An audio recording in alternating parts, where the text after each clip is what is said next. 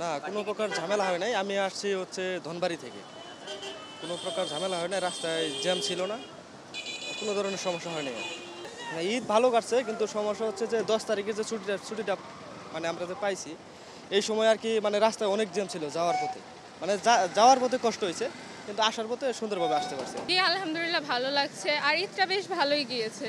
সব কিছু মিলে পরিবার পরিস্বজনের পাশাপাশি সব কিছু মিলে ঈদটা বেশ ভালো কেটেছে। এটা অনেক কষ্টের ছিল। অবশ্যই অনেকদিন পরে আমার রিলেটিভসদের সাথে দেখা হয়েছে এবং তারপর তাদেরকে থুয়ে আসতে অবশ্যই অনেক খারাপ লাগছে।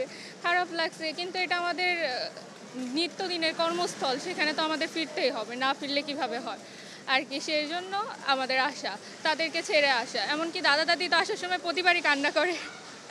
এটা আসলে তাদের বয়স হয়েছে তো, এই কারণে তাদের আর কি কষ্ট হয় থুয়ে আসতে। আলহামদুলিল্লাহ বরাবরই খুব ভালো কাটে।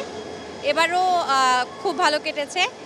ইনফ্যাক্ট এবারের সবচাইতে বড় প্লাস পয়েন্ট ছিল যে আমরা এবার যাওয়া আসা দুটো টিকিট অনলাইনে কাটতে পেরেছি। এটা সবচাইতে বড় একটা বলবো আমাদের জন্য একটা। না, সেটা তো অবশ্যই খুব খারাপ লাগার বিষয়, সবসময়ই লাগে। এবার যেহেতু ছুটিটা একটু বেশি সময় ছিল, আমরা ছিলাম দেশে বেশি সময়, সো আসার সময় তো অনেক খারাপ লেগেছে। শাইনি চুলে এখন হবে সব হেয়ারস্টাইল। সিল্কোর দ্বিগুণ শাইনি চুল প্রতিদিন। ভালোই লাগলো, সবকিছু ট্রেন মোটামুটি ফাঁকাই ছিল, কিন্তু ঈদের আগে অনেক ভিড় ছিল। আসার সময় ফাঁকাই পেয়েছি। না, ভালোভাবে আসতে পারছি, শুধু একটু দাঁড়িয়ে আসতে হয়, জয়দেবপুর থেকে বসার সিট দেয় না। আমি তো এইখানে চাকরি করি না, চাকরি করি বালুকাই, বুঝছেন। আমাদের পরিবেশ ওইখানে ভালো, ঈদে ভালোই আনন্দ উপভোগ করছি আমরা। আমাদের এলাকা শান্ত, মানে ভদ্রভাবে সব কিছু সমাধান হয়েছে। শহরের পরিবেশও ভালো, খারাপ না, ভালো লাগছে। আমরা এই ঈদ পর্বটা ভালোভাবে কাটাইছি, সবার সাথে দেখা সাক্ষাৎ হয়েছে, যোগাযোগের ভালো ব্যবস্থায় হয়েছে, সুন্দরভাবে ঈদ উদযাপন করতে পারছি।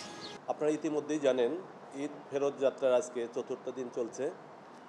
আজকে সকাল থেকে আমাদের বিভিন্ন গন্তব্যের উদ্দেশ্যে 25টা ট্রেন ছেড়ে যায়, আর বিভিন্ন গন্তব্য থেকে ঢাকায় পৌঁছেছে 23টা ট্রেন। কোনো শিডিউল বিপর্যয়ের ঘটনা নেই, শুধুমাত্র 3টা ট্রেন, কর্ণফুলী এক্সপ্রেস, এটা 1 ঘন্টা লেটে চলে যায়।